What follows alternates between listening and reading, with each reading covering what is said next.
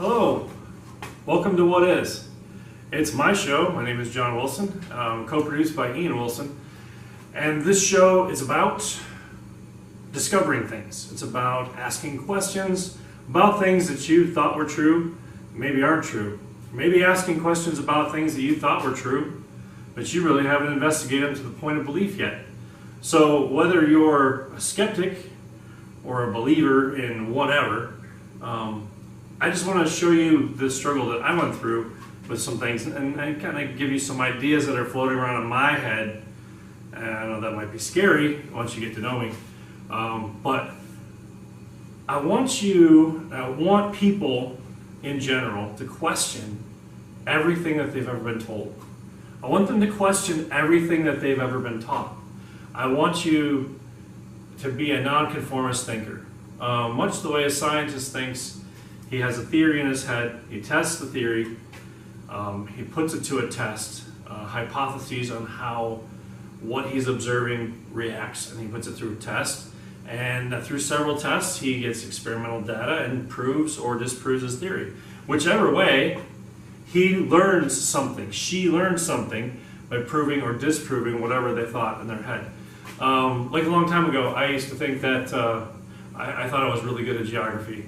I mean, I went and memorized 210 capitals of world capitals, and I memorized all the 50 states. But I failed on one state. I thought that Lexington was the capital of Kentucky. It's not, obviously, you know it's Frankfurt, right? But not until one person told me that, and I'm like, that's not Frankfurt, that's Lexington. So I looked it up, and I read, and I looked at all the maps. I'm like, how could I have missed that? And a wise person once told me, or a friend of mine, he says that it's not what you know that can hurt you, it's what you do know that isn't so. So if you are willing to put your belief in something, or not willing, you have to think about this. If your belief is going to affect your life and the way you live it, shouldn't you put your trust in it? Shouldn't you believe it on the things that you think are true? Shouldn't you believe them to be true and have people prove it to you? Until someone proves it to me, I'm not really going to believe it. So that's what the show is about, what is. And we're going to go sometimes short, sometimes long. Probably going to reduce the length of the intro once maybe I get the hang of this. But anyway, I'm going to take a break for a second, and I'll come back, and I'm going to talk about what is the prehistoric world. That'll be our first show. Thank you.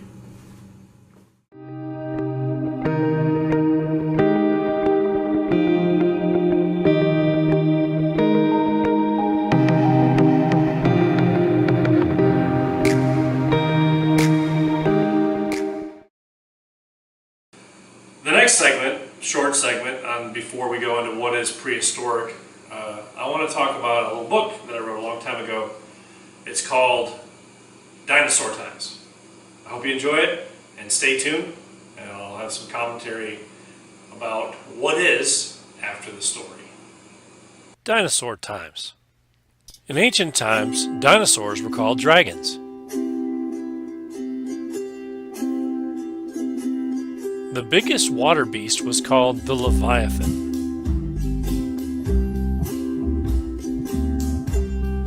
The largest animal on land was the behemoth, also a dinosaur. The behemoth's tail was as big as a full-grown cedar tree. Some dragons hunted people. This made people afraid.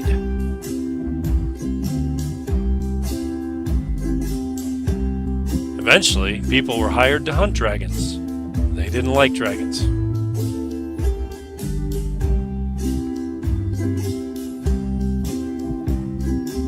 Who knows why they all had to go, but the mean ones stayed.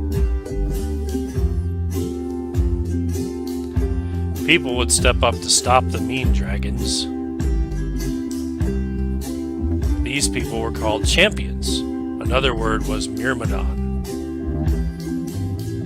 Most people don't believe that dragons were once real.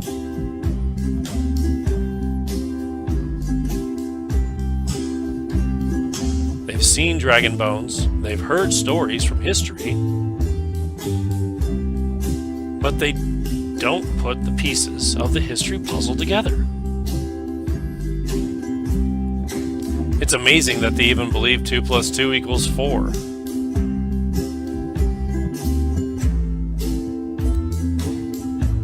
Champions finally killed all the dragons hundreds of years ago.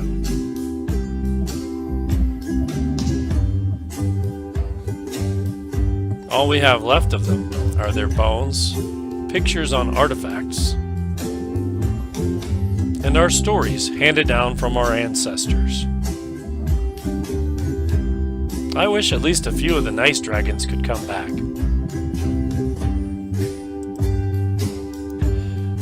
This is for Joel, Ian, and Samuel. Know that the world's knowledge is not the only knowledge. The quest for true wisdom comes from a desire to understand things as God understands them, and not man's tiny knowledge.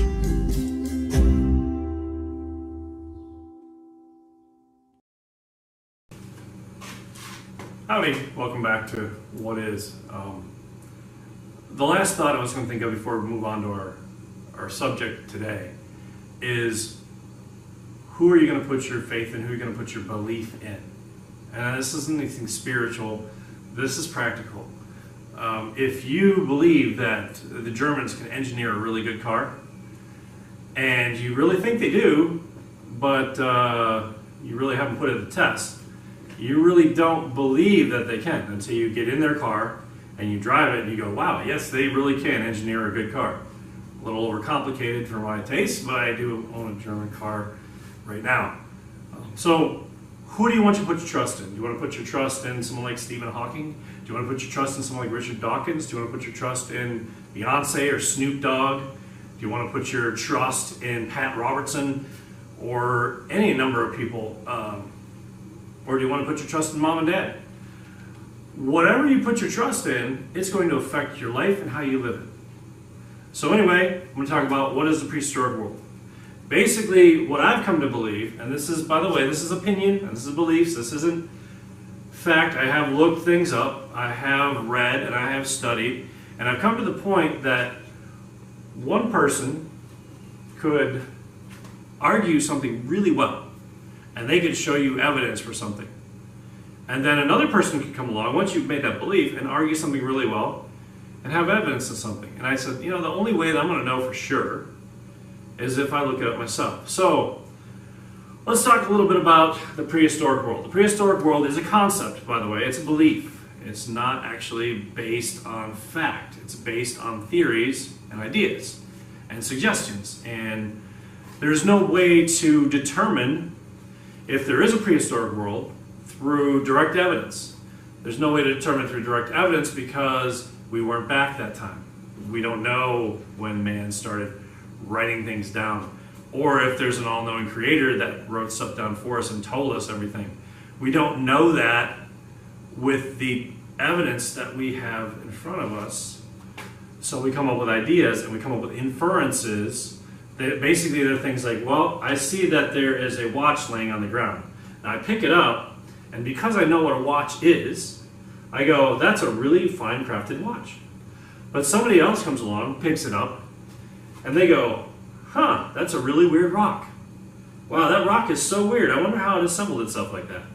Anyway, so that's what we're getting into. Let me talk about the basis for all things age-wise. The age of the Earth is reportedly to be 4.5 billion years old if you believe geologists and if you believe mainstream science.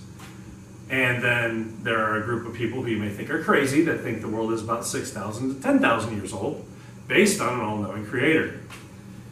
I'm not going to try to push the all-knowing creator, but I'm going to try to push the fact that you need to find out for yourself and have a belief system based on things that you observe, based on things that you can determine for yourself. So let's start with carbon-14. Carbon-14 is a radioactive isotope. Now, if you don't know what a radioactive isotope is, all elements, everything on the planet is made up of atoms. And those atoms are the smallest building blocks of matter. Now, yeah, there's quarks and leptons and muons and all that other stuff, but atoms are pretty much the smallest building block as far as we're concerned for this conversation.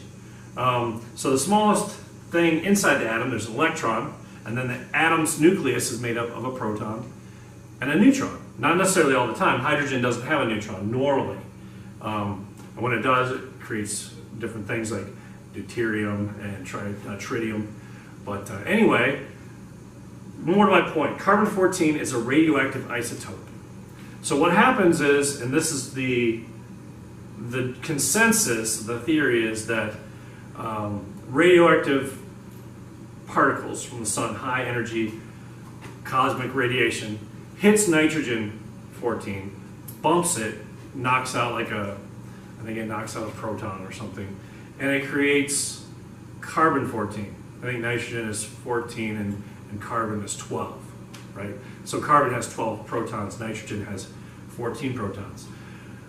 The cosmic rays hit that nitrogen and turn it into carbon-14.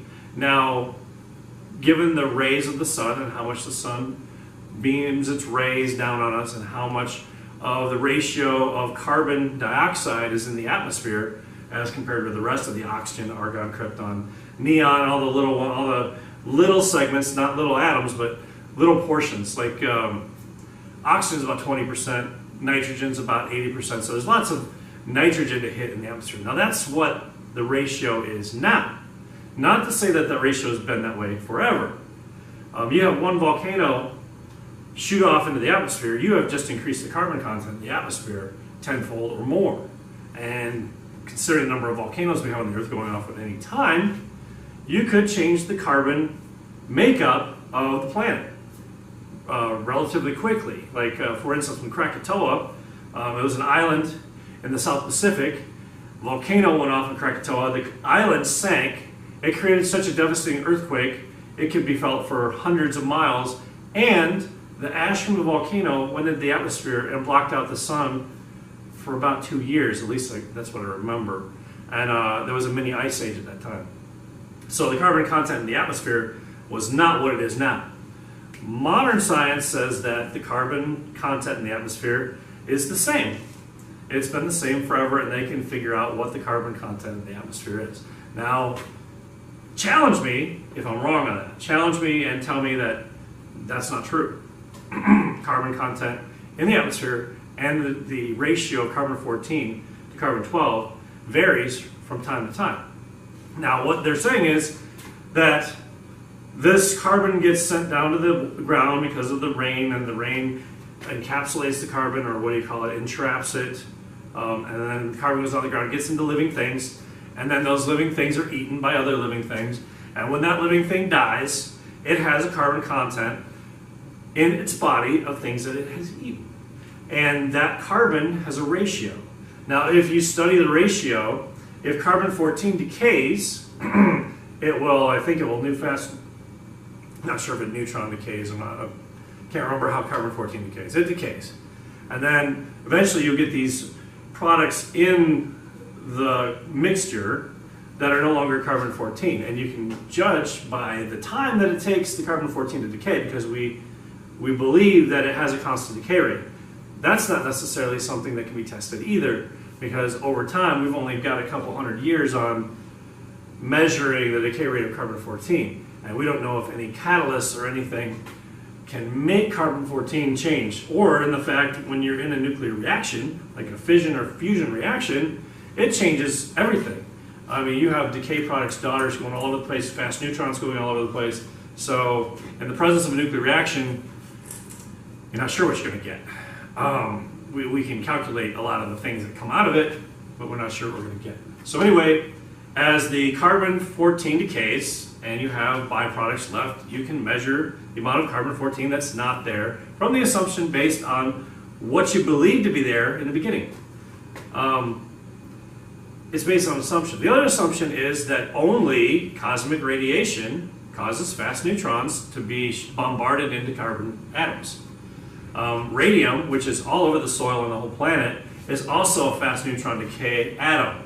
Marie Curie found that out, and she died of cancer, but she was a very groundbreaking person in figuring out how radioactivity works, how decay works, and radium itself is a fast neutron decay product. So you're telling me that only nitrogen is bombarded by cosmic rays creating, that's the only thing that creates carbon-14, which I'm not sure I can believe that, because radium also emits fast neutrons. I worked at a nuclear reactor, worked at several nuclear reactors, and more things than just, cosmic rays are fast neutrons. Fast neutron was like the worst thing you could get into as far as radiation goes. It's the fastest thing that can kill you with the smallest amount of particles. Alpha decay can't get through your skin, beta decay just goes a little bit, or beta rays can go a little bit, alpha can't make it through your skin, gamma can, but gamma's kind of a weaker type of radiation, but neutron radiation, and then fast neutron radiation does lots of damage. So what I'm getting to is they use carbon-14 dating to try to determine the age of an animal. Now, I've read some scientific studies where that can't even be accurate for 40,000 years. And then I read some other journals where they found a Tyrannosaurus Rex with flesh still on. And if it's supposed to be hundreds of millions of years old, how can flesh still exist on this T-Rex? So there are a lot of questions I have, and a lot of questions that I came up with that, frankly, it's making me not buy the whole carbon-14 thing. And I think as far as science goes, a lot of prominent papers have been written about how carbon-14 is unreliable. Anyway, in the next segment, I will get on to going into radio isometric dating for other elements, not just carbon-14. And then the fact that we have to date rocks and not particles that have been interrupted with water, basically contaminated with water, or particles that have been open to atmosphere or not in a closed system. The one thing you have to assume when you're a scientist or a geologist, when you're dating something, is that it's a closed system that's never been molested since it was created by a volcanic eruption, and the magma cooled and slowly cooled and encapsulated all the radioactive isotopes in it that it was going to have. So when you pull out that rock, you measure it, and you don't even know the original content of the ratio of the radioactive isotopes, because you can just figure it out from what you had. At least that's what we call isochron dating.